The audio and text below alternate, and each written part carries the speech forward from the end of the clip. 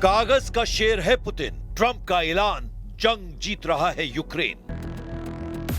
रूस यूक्रेन जंग के मौजूदा हालात इतने बदतर और खौफनाक हो गए हैं कि अब किसी को भी अंदाजा नहीं है कि रूस यूक्रेन कहां तक जाएगा। ये दावे इसलिए किए जा रहे हैं क्योंकि राष्ट्रपति ट्रंप ने यूक्रेन और ज़ेलेंस्की को लेकर ऐसे दावे और बयान दिए हैं जो रूस को मजबूर कर रहे हैं कि वो पूरी ताकत से यूक्रेन के साथ साथ यूरोप में मौजूद नाटो देशों पर भी सीधे हमले शुरू कर दे। अभी नाटो देश रोमानिया, एस्टोनिया और पोलैंड रूस के हमलों की जद में आ चुके हैं, लेकिन ट्रंप ने पुतिन को जंग का कागजी शेर कहकर पूरे रूस को बेइज्जत कर दिया है। ट्रंप ने ज़ेलेंस्की को बेहद खुश करते हुए यह भी दावा कर दिया कि यूक्रेन अब इतना ताकतवर और सक्षम हो चुका है जो रूस को न सिर्फ हरा सकता है बल्कि अपनी जमीन से रूसी सेना को बुरी तरह से खदेड़ सकता है। यानी अब यह तय हो चुका है कि रूस यूक्रेन जंग रुकने की बजाय बेहद तेज हो चुकी है और ऐसे हालात में अब युद्ध का गेम चेंजर कौन साबित होगा यह अगले 48 से 72 घंटे के अंदर लगभग साफ हो जाएगा। फिलहाल अमेरिका के न्यूयॉर्क में संयुक्त राष्ट्र सुरक्षा परिषद की बैठक में रूस के खिलाफ ऐसा जंगी फॉर्मूला बन चुका है जिसकी वजह से या तो रूस पूरी तरह से हार जाएगा या फिर रूस अपने सभी दुश्मनों का विनाश कर देगा। बब्बर शेर या फिर कागजी शेर, 72 घंटे में यूक्रेन का फैसला। अगर हम यूक्रेन युद्ध को ट्रंप के बयान और जमीनी हकीकत की तुलना के आधार पर देखें तो 43 महीने से ज्यादा की जंग में यूक्रेन के 27% से ज्यादा इलाके पर रूस का कब्जा हो चुका है। रूस ने अपने दम पर यूक्रेन को 41 देशों से मिले $360 बिलियन के हथियारों को भी जंग में तबाह कर डाला है। ऐसे में सवाल उठता है कि अमेरिका के न्यूयॉर्क संयुक्त राष्ट्र महासभा के 80वें सत्र के दौरान डोनाल्ड ट्रंप ने रूस के खिलाफ ऐसे बयान क्यों दिए हैं जिससे दुनिया में यह मैसेज गया है कि रूस जंग हार रहा है और पुतिन बब्बर शेर नहीं कागजी शेर हैं। ये वही ट्रंप है जो एक हफ्ते पहले तक दावा कर रहे थे कि रूस से लंबी जंग करके यूक्रेन ने खुद को बर्बाद कर लिया है, लेकिन अब ट्रंप ने यूक्रेन की जमीन और जंग में जीत को लेकर जो बयान दिए हैं उससे ज़ेलेंस्की गदगद हैं। जरा देखिए ट्रंप ने क्या कहा है। अमेरिकी राष्ट्रपति डोनाल्ड ट्रंप ने यूक्रेन में जारी युद्ध को लेकर ऐसा बवाली बयान दिया है जो जंग को यूरोप तक भड़काने जा रहा है। डोनाल्ड ट्रंप ने कहा है अमेरिका और नाटो के समर्थन से यूक्रेन अपने खोए हुए क्षेत्र यानी जमीन को फिर से हासिल कर सकता है। अपने social media platform truth social पर पोस्ट में ट्रंप ने रूस के खिलाफ खुलकर नाराजगी जाहिर की और उसे कागजी शेर बताया। ट्रंप की टिप्पणी न्यूयॉर्क में यूक्रेनी राष्ट्रपति व्लादिमीर ज़ेलेंस्की से मुलाकात के बाद आई है। उन्होंने इस बात पर जोर दिया कि यूक्रेन के लोगों में महान उत्साह है और वे लगातार बेहतर होते जा रहे हैं। ट्रंप ने लिखा, मुझे लगता है कि यूरोपियन यूनियन के सहयोग से यूक्रेन लड़ाई लड़ने और अपने मूल रूप में जीतने की स्थिति में है। ट्रंप ने यह भी लिखा कि रूस 3.5 साल से बिना किसी उद्देश्य के लड़ रहा है, एक ऐसा युद्ध जिसे जीतने में एक वास्तविक सैन्य शक्ति को 1 हफ्ते से भी कम समय लगना चाहिए था। ये रूस को अलग नहीं बना रहा है, वास्तव में ये उन्हें कागजी शेर जैसा बना रहा है। ट्रंप ने कहा पुतिन और रूस बड़ी आर्थिक मुश्किल में हैं और यूक्रेन के लिए यही समय है कि वो रूस पर बड़ा हमला करे। Бумажных медведей не бывает. И Россия настоящий медведь. Путин неоднократно и с разными эмоциями описывал нашего медведя. Здесь вы сможете это вспомнить самостоятельно. Здесь ничего бумажного нет. ज़ेलेंस्की के लिए गेम चेंजर। जिस वक्त ट्रंप रूस और पुतिन के खिलाफ जंगी बयान दे रहे थे, लगभग उसी वक्त रूसी रक्षा मंत्रालय ने दावा किया कि रूसी सेना ने क्राइमिया पर यूक्रेन के हमले का बदला लेने के लिए यूक्रेनी विशेष बलों और विदेशी भाड़े के सैनिकों के ठिकानों पर हमला किया है। रूसी रक्षा मंत्रालय के मुताबिक रूसी सेना ने पूर्वी यूक्रेन के डोनेट्स्क क्षेत्र के पेरेजनी गांव पर भी कंट्रोल कर लिया है। इसके अलावा यूक्रेन के ज़ापोरिज़िया पर रूस के हमलों से हाहाकार मचा हुआ है। ऐसे में सवाल उठता है कि ट्रंप के बेतुके बयान पर ज़ेलेंस्की इतने गदगद क्यों हैं और क्यों ट्रंप के जंगी फॉर्मूले को गेम चेंजर बता रहे हैं। जरा देखिए जंग को लेकर ज़ेलेंस्की अब क्या दावे कर रहे हैं।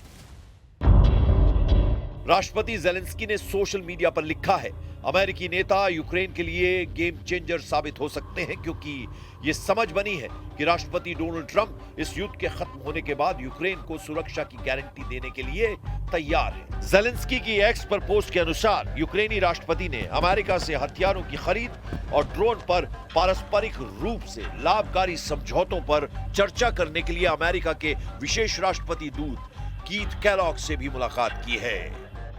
Is a game changer by himself if he will be sure in Ukraine, and I think that he is more close now to this situation, and that's why and between us only Trump can. For today, we know some not too much players in the world who can be game changers, but he's the most close. लेकिन जमीन पर युद्ध की हकीकत पूरी तरह से रूस के पक्ष में दिख रही है। अगर ट्रंप दावा करते हैं कि रूस यूक्रेन को 3.5 साल की जंग में हरा नहीं पाया है, तो सवाल उठता है कि America, Britain, France, Germany, Poland समेत नेटो, यूरोप और पश्चिमी देशों के 41 देश मिलकर भी यूक्रेन को अब तक युद्ध में जीत नहीं दिला पाए हैं। परमाणु हमले को तैयार रूस, पहला टारगेट अब अमेरिका। इधर पुतिन के करीबी मीडिया हस्ती ने दावा किया कि राष्ट्रपति ट्रंप के इशारे पर अमेरिका के वित्त मंत्री स्कॉट बेसेंट ऐसा कोई कदम रूस के खिलाफ उठाते हैं तो फिर रूस हर हाल में अमेरिका में परमाणु धमाका कर सकता है। रूसी सरकारी टेलीविजन पर प्रस्तुतकर्ता और पुतिन के करीबी सहयोगी व्लादिमीर सोलोवेयोव ने अमेरिका को सीधी परमाणु धमकी दी है। यह जानकारी पत्रकार जूलिया डेविस के द्वारा ऑनलाइन पोस्ट किए गए एक वीडियो से मिली, जो रूसी मीडिया के क्लिप के साथ साझा की गई है। व्लादिमीर सोलोवेयोव ने दो टूक कहा कि वो कहते हैं कि रूस पर प्रतिबंध लगने के बाद रूसी अर्थव्यवस्था तबाह होगी, तो हम बातचीत की मेज पर बैठेंगे। हम आपको बता दें, हम अपने परमाणु हथियारों से हमला करेंगे और बस। व्लादिमीर सोलोवेयोव ने फिर दोहराया, हम हमला करेंगे और बस। व्लादिमीर सोलोवेयोव ने कहा कि उनका मानना है कि यूरोप रूस के खिलाफ युद्ध की तैयारी कर रहा है और मॉस्को को कठोरता और भयंकर तरीके से लड़ना चाहिए। व्लादिमीर सोलोवेयोव का यह बयान पूर्वी यूरोप में बढ़ते तनाव के बीच आया है, क्योंकि पोलिश प्रधानमंत्री डोनाल्ड टस्क के मुताबिक पश्चिमी यूक्रेन पर रात भर के हमले के दौरान 19 रूसी ड्रोनों ने पोलिश हवाई क्षेत्र का उल्लंघन किया। पोलैंड ने राष्ट्रीय सुरक्षा के लिए खतरा बताते हुए औपचारिक रूप से नाटो के अनुच्छेद 4 का इस्तेमाल किया और अपनी पूरी हवाई ताकत झोंक दी है।